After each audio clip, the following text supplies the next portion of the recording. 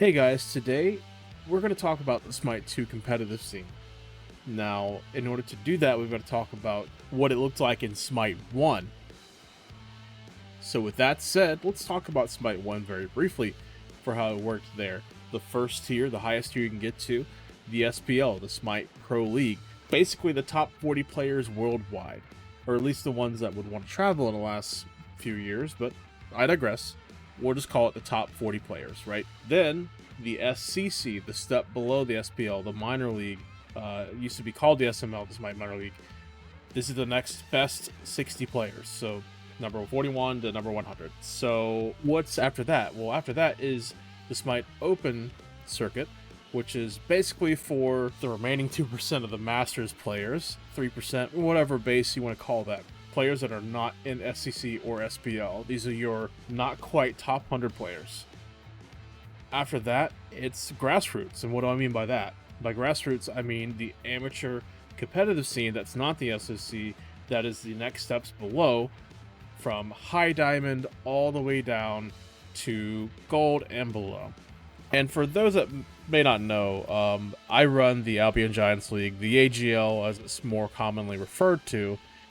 And that's really why I wanted to bring all this up. Like, what's it going to look like in the future for Smite in the amateur scene? But I do wonder about the pro scene as well. So this video is more about me talking about my thoughts and comparing what I think may or may not happen, explain some differences and some things that have happened in the last even 6 months.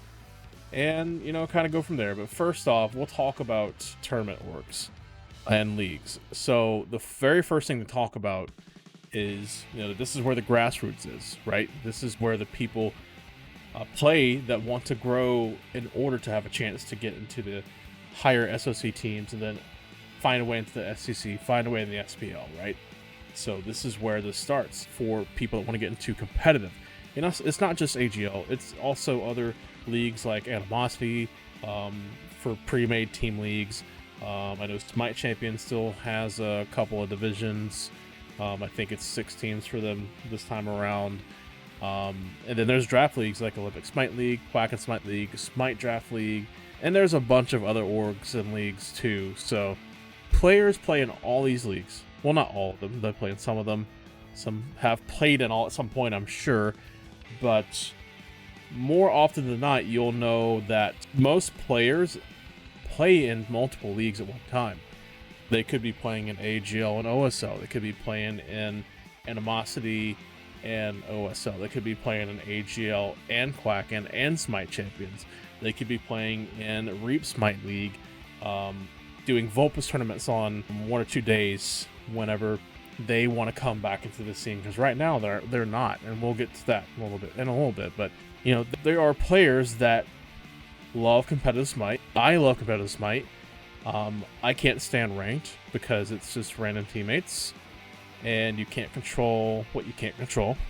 A little bit of coach speak there, but I enjoy the competitive scene. I enjoy team environment, and that's why I play a lot more of that and scrims and in-houses than I do casual conquest games, casual any other game modes, or ranked game modes. So that's just me in a nutshell for that. Now in 2024, leagues and tournaments have taken either a decent or a pretty big hit depending on who and what. The reason is for the pricing. For the sake of argument, I'll call them pricing changes, but honestly, it's not pricing changes.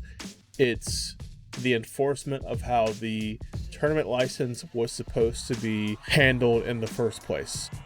The way that it was interpreted by each and every person in the last 5 or 6 years that was in charge of the community tournament scene, community league scene, if you're doing this particular event, you cannot go over $10,000 or an equivalent in gems in funding. So that's 800,000 gems with the discount pricing, which is what we were lucky enough to get as a cap for the entire 2024 year. So That's what it should have been the last 5 or 6 years, but it never was, and it was never controlled properly because people weren't really trained properly either for those roles when they took it over. In the last year and a half, that's changed to where people are being trained properly. They understand what it means, and in the end, the players are the ones that took a lot of downfall for this. You could run an 8-team tournament for 20,000 gems, and you could do that 52 times a year, and it was never a problem before. But that's because it wasn't being enforced properly. And now, to compare it, now if you have an 8-team tournament, it a whole lot less.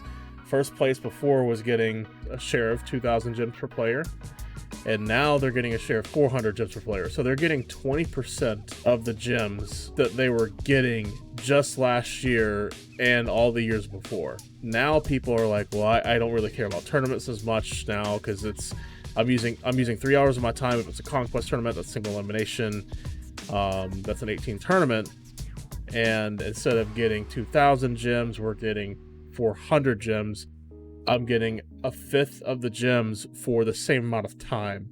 So people don't value it as much. Even leagues, I mean, speaking for AGL, I mean, we had from season 2 all the way to season 12. So season 2 to season 12. So for 11 seasons, we had at least 100 plus teams sign up, not including the collegiate league that we run. So this spring, the first league season after the quote-unquote prizing changes, we had, I think, 77 teams sign up, which still allowed us, no, that's wrong. We had 87 teams sign up, which allowed us to still run 8 divisions across 8 skill levels. And as of today, and signups close in a couple days on Friday the 17th, we have 51 teams signed up. So currently we're working with 5 divisions for those teams, pending skill levels and signups and vetting processes and all that, but you get the point. We were just at 10 and 12 team divisions for 4 years, and then now we might be able to do 6 divisions. I don't think we're going to have 7, 8, 9, 10 divisions,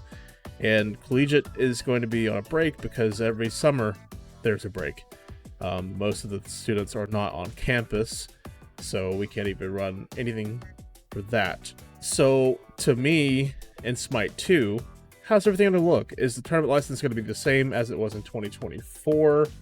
I am unsure. I don't know. I don't have an idea. I assume that they would want to support the community, and I assume that they want to do something for the community. I just don't know what or how much.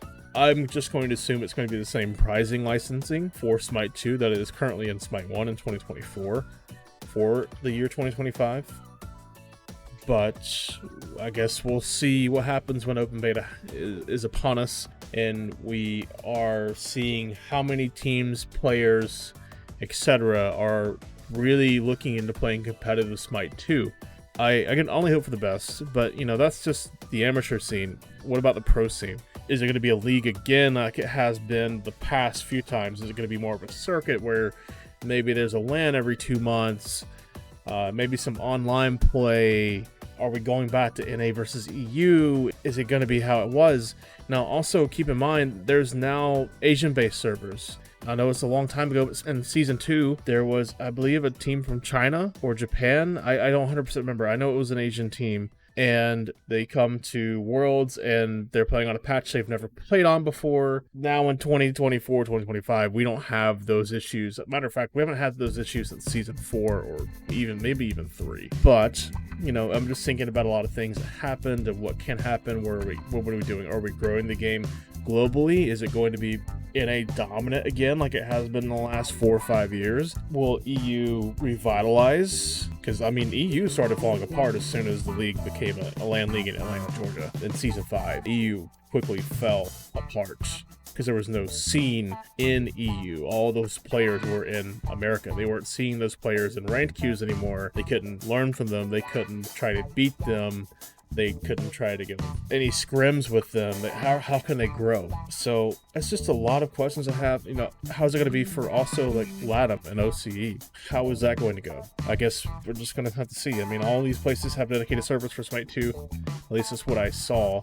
So I'm just going to assume that's correct. And I don't know. I wonder how that's going to happen. I wonder how many pros from Smite 1 are going to play Smite 2 and how many are just hanging up the hat and saying, you know what, I had my run, let's let some younger talent see what they can do.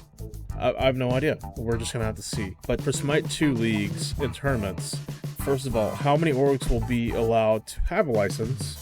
And how many events can they run based on the gem pricing caps and all that's going on. Secondly, will Smite 1 still have any kind of support like it does now? I don't think that's probable, because at the end of the day, it's a business, and you want to launch your new game. You want to help it grow quickly and as fast as it can.